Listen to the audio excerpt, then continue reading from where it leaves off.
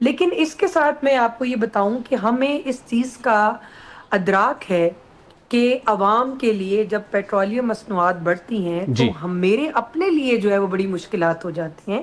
اور میں یہ سمجھتی ہوں کہ ہماری پاکستانی قوم نے اس پوری امریکہ اور ایران رجیم کی جو جنگ تھی اس کے اندر ہم نے بہت زیادہ جو ہے وہ ٹف ٹائم بھی دیکھا ہے. ٹھیک.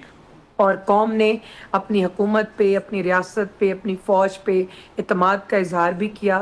لیکن چونکہ میرا خیال ہے کہ کہیں نہ کہیں پہ ہمیں اس کو تھوڑا سا لاس ہوا ہے. ٹھیک.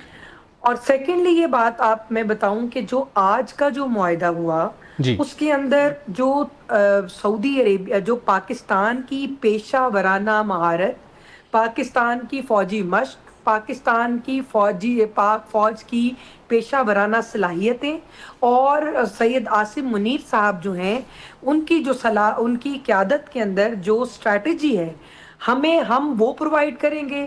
اور ایک ہمارے پاس تو پیسہ نہیں ہے، جی ہم تو بالکل. بالکل خالی ہاتھ ہیں. ہمارے پاس پیسہ نہیں ہے، سعودی عربیہ کے پاس پیسہ بھی ہے، ان جی کے پاس پار بھی ہے، ان کے پاس ذرائع بھی ہیں.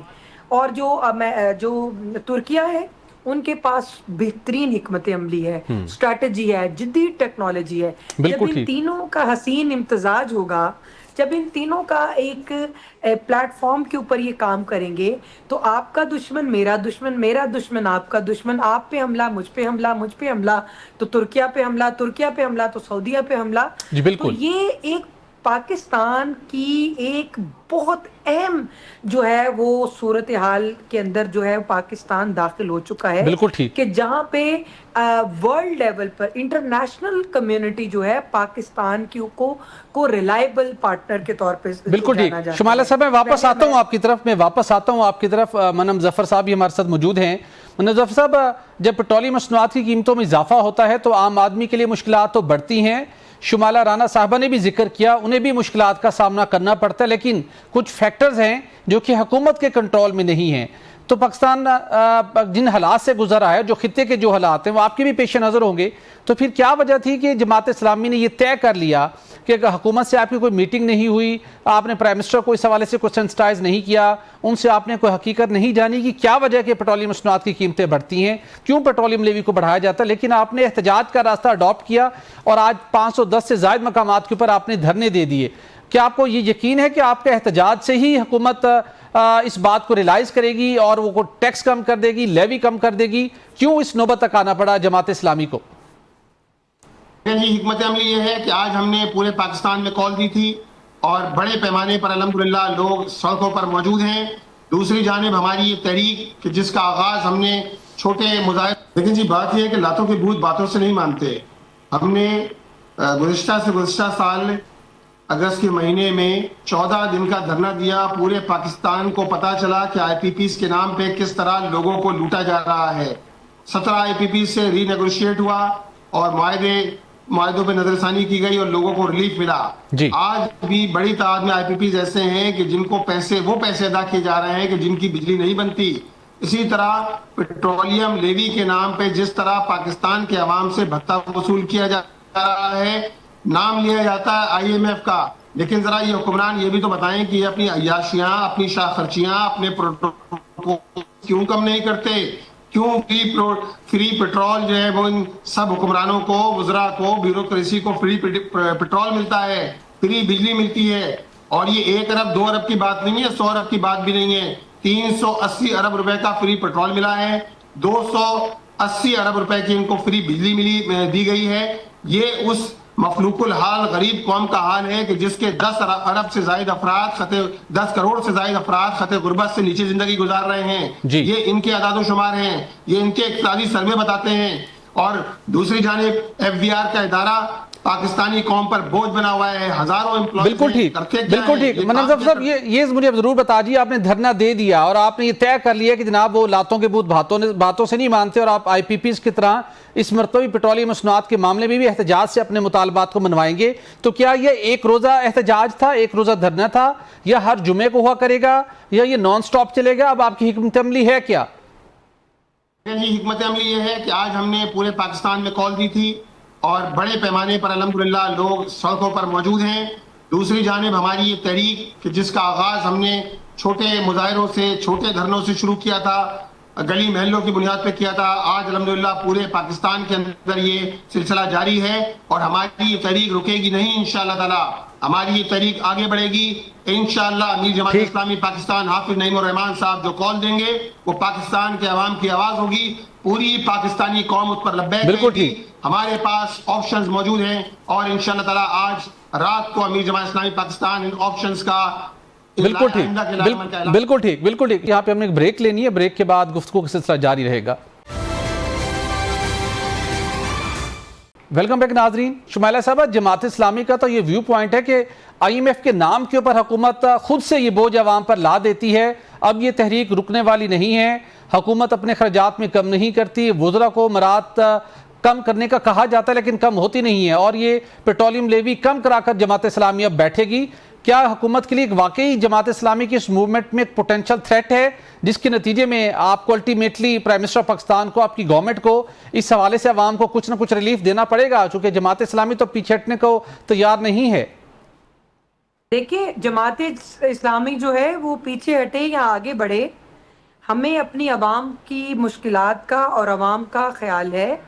ہم عوامی حکومت ہیں لیکن مسائل کا شکار ہوئے تو آپ نے یہ دیکھا کہ وزیر اعظم نے سب سے پہلے اپنی جو نیئرسٹ سرکل ہے اس کو فوری طور پہ ہماری جو فیول کی مد میں ہماری جو تنخواہیں ہیں ان سب کو جو ہے اس کی کٹوتی کی گئی اور ہم نے وہ تمام چیزیں جو ہے وہ خزانے میں جمع کرائیں. جی. کوئی بھی مشیر، کوئی بھی وزیر، کوئی ایم این اے، قومی اسمبلی کے جو لوگ تھے وہ ہم لوگ تنخواہیں نہیں لے رہے تھے، ہماری تنخواہوں کی کٹوتی ہوئی. جی. اور ہماری غیر سرکاری جو تقریبات تھیں ان کے اوپر بھی پابندی لگی، 60% گاڑیاں پارک کر دی گئیں. ہماری کیا عیاشیاں تھیں آپ بتائیں؟ ہم نے کون سی جو ہے وہ پاکستان کے خدا نخواستہ اس کے اوپر وہ کوئی عیاشی کی ہے؟ تو آپ مجھے یہ بتائیں، یہ الفاظ جو آپ نے استعمال کیے ہیں وہ انتہائی غیر پارلیمانی اور نامناسب ہیں. سیکنڈلی یہ بات میں آپ کو بتاتی چلوں کہ جب یہ مشکل وقت آیا تو 129 ارب روپیہ آپ کی حکومت نے سبسڈی کی مد میں دیا، اس کے بعد ٹارگیٹڈ سبسڈی کی طرف آئے آپ، تاکہ آپ کی جو مہنگائی کا جو جن ہے وہ بے قابو نہ ہو. اس کے لیے ہم نے گڈز کو، ٹرانسپورٹر جو ہے اور پبلک ٹرانسپورٹر جو ہیں اور کسان کو ڈیزل کے لیے ہر ایک کو کمپنسیٹ کیا، فری بسز چلائیں. آپ بھی اس چیز کے عینی شاہد ہیں، میں بھی عینی شاہد ہوں. لیکن میں یہ سمجھتی ہوں کہ جب لیوی کی مد میں آپ کہتے ہیں کہ آپ اس مد میں آپ بہت زیادہ چارج کر رہے ہیں، لیکن میں نے منسٹری میں، پیٹرولیم منسٹری میں وزیر صاحب کے ساتھ بیٹھ کر یہ بات سمجھی تھی کہ جب آپ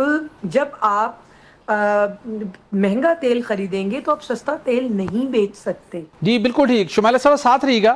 منیر ظفر صاحب سے میں آپ سے جاننا چاہوں گا، آپ کا احتجاج تو اب شروع ہو چکا، کیا آپ کو لگتا ہے کہ آپ کے اس احتجاج کے نتیجے میں حکومت پیٹرولیم لیوی کے ریٹ کم کرنے پر تیار ہو جائے گی؟ اور آپ کی نظر میں پیٹرول اور ڈیزل کا ریٹ ہونا کیا چاہیے؟ دیکھیں جی، بات یہ ہے کہ جب ایران پر امریکہ اور اسرائیل نے حملہ کیا تو اس وقت پیٹرول کی قیمت 258 روپے تھی. آج پیٹرول کی قیمت، کل رات ریٹ مقرر ہوئے ہیں، یہ کم و بیش 330 روپے پیٹرول کی قیمت ہے. آپ مجھے بتائیے، عالمی مارکیٹ کے اندر پیٹرول کی قیمت کم ہو گئی، فی بیرل قیمت کم ہوئی ہے، لیکن پاکستان میں پیٹرول کی قیمت کتنی کم ہوتی ہے؟ 1 روپے کم ہوتی ہے، 3 روپے بڑھ جاتی ہے، 2 روپے کم ہوتی ہے، 4 روپے بڑھ جاتی ہے. تو یہ قوم کے ساتھ مذاق ہے.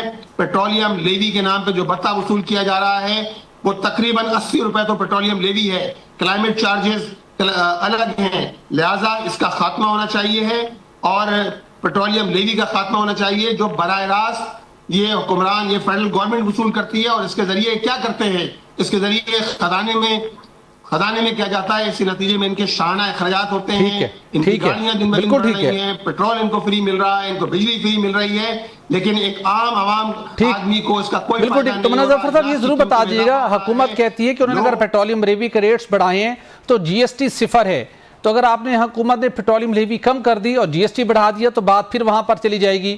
تو اس کا کوئی پائیدار تو حل پھر سامنے نہیں ہے اس وقت، یا جماعت اسلامی نے کوئی باضابطہ ورکنگ کی ہے کہ کیسے اس معاملے کو لے کے چلنے؟ ٹیکسیشن کا معاملہ ہے کہ وہ اس طریقے سے ایڈجسٹ ہو جس سے حکومت اپنے ترقیاتی پروگرام کو چاہتی ہے کہ متاثر نہ ہو، آپ چاہتے ہیں عوام کو ریلیف ملے، جی ایس ٹی لگا ہوا نہیں ہے, پیٹرولیم لیوی کے ریٹس کم ہونے ہیں, تو کیسے اس کا ایک ون ون سچویشن بن سکتی ہے, عوام کو ریلیف ملے اور حکومت کا ترقیاتی پروگرام متاثر نہ ہو؟ جی بات یہ ہے کہ حکومت کیا کر رہی ہے, حکومت کو خود سوچنا چاہیے کہ عوام کے ساتھ کیا کر رہی ہے.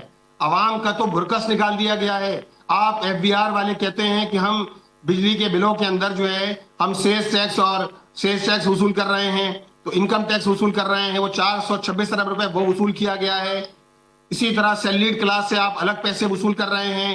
اسی طرح صورتحال یہ ہے کہ اس وقت صورتحال یہ ہے کہ آپ نے جس طرح عوام کی جیبوں پر ڈاکہ ڈالا ہے. مجھے بتائیے نا کہ مریم نواز صاحبہ کا وہ 11 ارب روپے کا جہاز خریدنا ضروری تھا اس غریب اور مفلوق الحال قوم کے پیسوں پہ ڈاکہ ڈال کے سینٹ چیئرمین 9 کروڑ روپے کی گاڑی خریدیں؟ یہ جائز ہے؟ یہ جسٹیفائی کرتے ہیں یہ لوگ؟ یہ بتائیں کہ وزیر اعظم شہباز شریف شاہ وزیر اعظم گزشتہ دنوں کراچی تشریف لائے 36 گاڑیوں کے پروٹوکول کے اندر, تو کیا ان کے پروٹوکول کم نہیں ہو سکتے؟ ان کی گاڑیاں چھوٹی نہیں ہو سکتی؟ ان کا فری پیٹرول ختم نہیں ہو سکتا؟ اسی طرح مریم نواز صاحبہ اپنا کیوں جہاز خریدا گیا کہ جب آپ کو پتا ہے کہ قوم کے یہ حال ہے کہ وزیر اعظم کشکول لے کر پوری دنیا کے اندر گھوم رہا ہے, بے شرمی کا یہ عالم ہے کہ پوری دنیا میں گھوم رہا ہے. لیکن اگر میں مختصر بات کروں تو شہر کراچی جو پاکستان کی لائف لائن ہے, جو پاکستان کو سب سے زیادہ ٹیکس دیتا ہے, اس شہر کا آپ نے بیڑا غرق کر دیا ہے. اس شہر کو آپ سنوارتے نہیں, جو آپ کو کئی گنا زیادہ دے سکتا ہے, ہر چیز کی مد میں دے سکتا ہے, اس کو آپ ٹھیک نہیں کرتے. اس کا بیڑا غرق کر دیں گے, پوری دنیا میں کشکول لے کر گھومتے رہیں گے اور آخر میں لیوی کے نام پہ لوگوں کی جیبوں پہ ڈاکہ ڈالیں گے. یہ کسی طور قابل قبول نہیں ہے. ہمارے ساتھ منم ظفر صاحب, امیر جماعت اسلامی, اور اس کے ساتھ تھیں شمال رانا صاحب. آپ دونوں کا بہت شکریہ. آج کے لیے اتنے ہی. اللہ حافظ.